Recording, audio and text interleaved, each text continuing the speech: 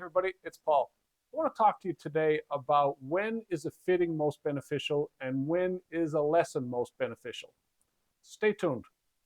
And folks, if you like this content, please hit the subscribe button, hit the like button. Feel free to leave a comment or share to your friends. I had a client come in the other day and he was looking to upgrade his irons, looking for a new set of clubs, losing a little bit of distance, getting older, thought that a change would do him good. So, fantastic. Great idea. However, about 3 or 4 minutes into it, I stopped and I said, you know what? This is going to be better off being a lesson because there are a couple of real significant swing changes you could make with little or no effort that will completely change your game and would allow us to do a fitting that works a lot better for you. Now, does this mean that you have to have a perfect swing or a good swing to get fit for clubs? Absolutely not. But my responsibility as a fitter and as a golf professional is to do the best for the client. So sometimes a fitting turns into a lesson, and while a fitting provides me with much better revenue, the lesson is the better thing for the student, so that's the way we go. So let's look at an example here of what happened and follow this guy's journey through the hour. So to start off our session, I gathered some data on the student and had him hit his 7-iron for me a number of times. And we threw away the real outliers, you know, the top shots and stuff that don't really represent what a student does.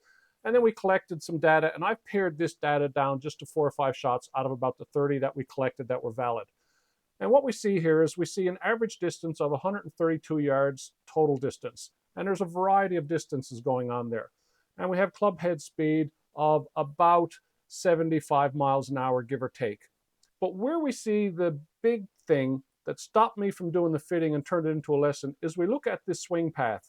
So the club path in degrees, it's running 12.5 degrees outside in. Now for a right-handed golfer, that means he's swinging to the left at 12.5. And 12.5 is an extremely high number. It's not something that you can function with or play very good golf with. It just kills distance and it kills accuracy. So now let's look at the club face to the far right. So we see minus 7.9 and minus 11, the two middle ones there. And they correspond with club paths that are 15 degrees and 10 degrees.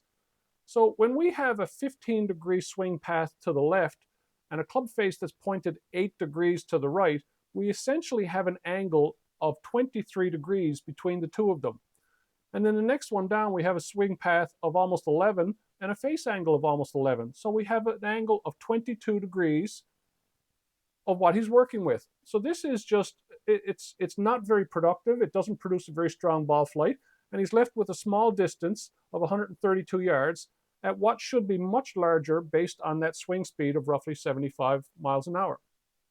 So we halted the club fitting and I said, do you mind if I work on you for a little bit and show you what we can do when we change this swing path, because that's going to determine really what you play going forward. He said, fine, I'm good with that. So here we go.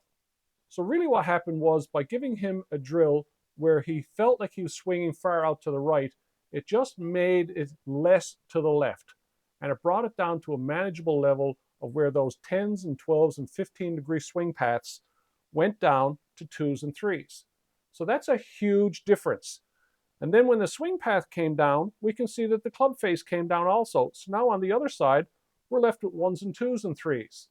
So now those combined angles of swing path and face, which were 22 and 23 degrees, are now 2s and 3s combined. So they're 4 and 5 degrees down from 22 and 23. So because the club is traveling through the ball straighter and the club face is square, it puts much more compression and force on the ball.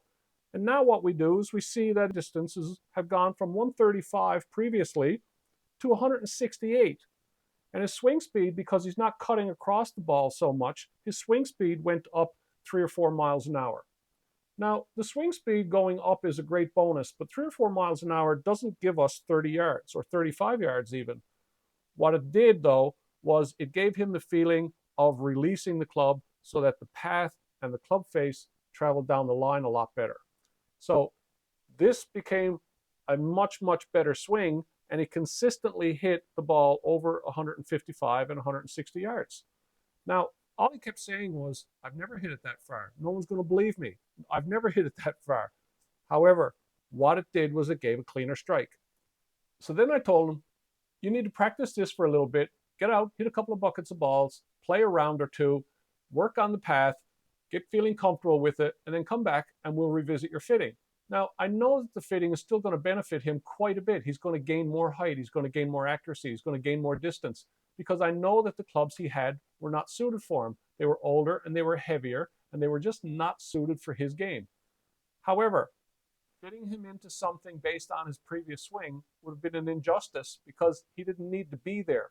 Now, this doesn't mean, once again, that you have to have a better swing in order to get fit. It's just that my responsibility is to do what's best for you, and what was best for this person at this particular time was to do a lesson and fix the swing path. So now when we do a fitting, we'll put him into something that's better suited for him, and he doesn't have to build on something that's a terrific fault that he didn't need to have. I'm Paul Kelly. Thanks for watching.